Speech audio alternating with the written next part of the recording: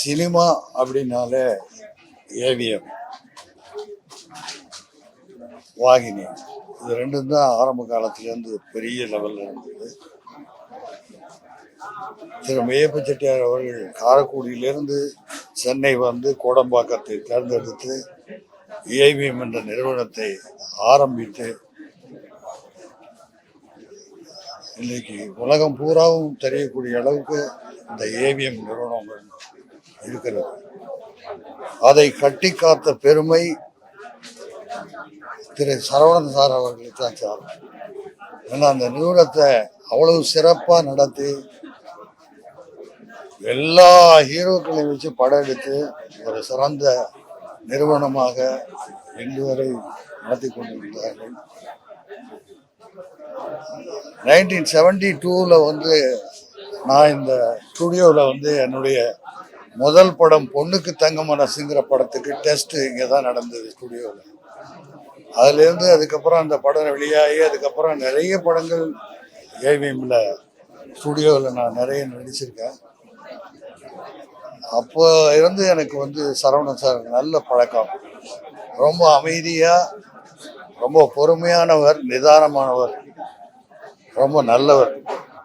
சினிமாவில் இப்படி ஒருத்தர் கிடைக்கிறதுன்னா ரொம்ப கஷ்டம். அதுவும் ஒரு தயாரிப்பாளர், பெரிய நிறுவனம்.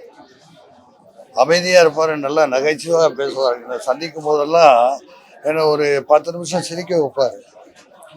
இந்த நிறுவனத்தில் நானும் சக்தி வேல் என்ற படத்தில் டைரக்டர் ரவிக்குமார் அவங்க படத்தில் தான் முதல் முறையாக ஏவிஎம் படத்தில் நான் நடித்தேன். நிறைய ஷூட்டிங் நடந்திருக்கு, ஆனால் இருந்தாலும் நடித்தேன்.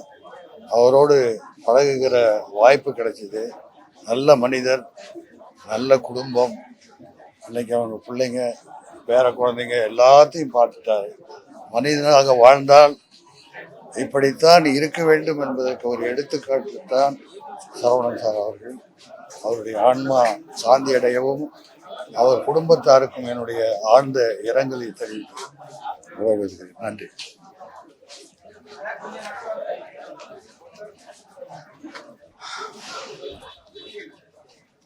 தமிழ் திரையுலகுக்கு மட்டுமில்லாமல் இந்திய திரையுலகுக்கே ஏவிஎம் நிறுவனம் ஆற்றிய பணி ஆக்கச் சிறந்தது.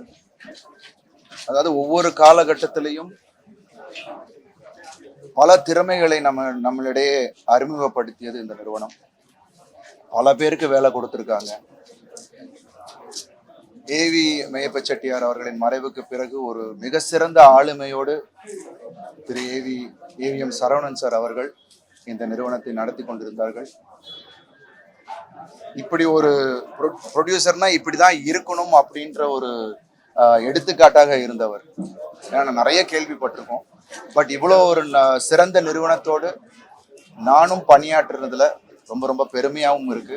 அவரை சந்திக்கூட வாய்ப்பும் கிடைச்சது, அவர் கூட பேசக்கூடிய வாய்ப்பு கிடைச்சது. அது நான் ரொம்ப பெருமையா நினைக்கிறேன்.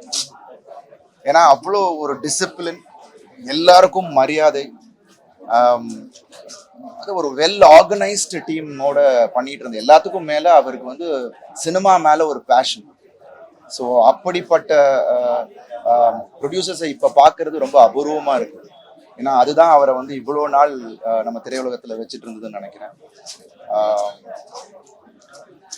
இன்னும் எனக்கு ஒரு சின்ன வேண்டுகோள், இன்னும் நிறைய திரைப்படங்கள் இந்த நிறுவனம் எடுக்க வேண்டும், பல திறமைகளை நமக்கு கொடுக்க வேண்டும் அப்படின்றதுதான் என்னோட வேண்டுகோள். அது கண்டிப்பாக சரவணன் சாரோட ஆசையாகவும் அது இருக்கும்.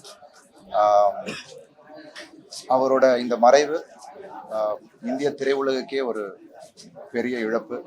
அவரோட ஆன்மா சாந்தி அடைய இறைவனை வேண்டிக் கொள்கிறேன்.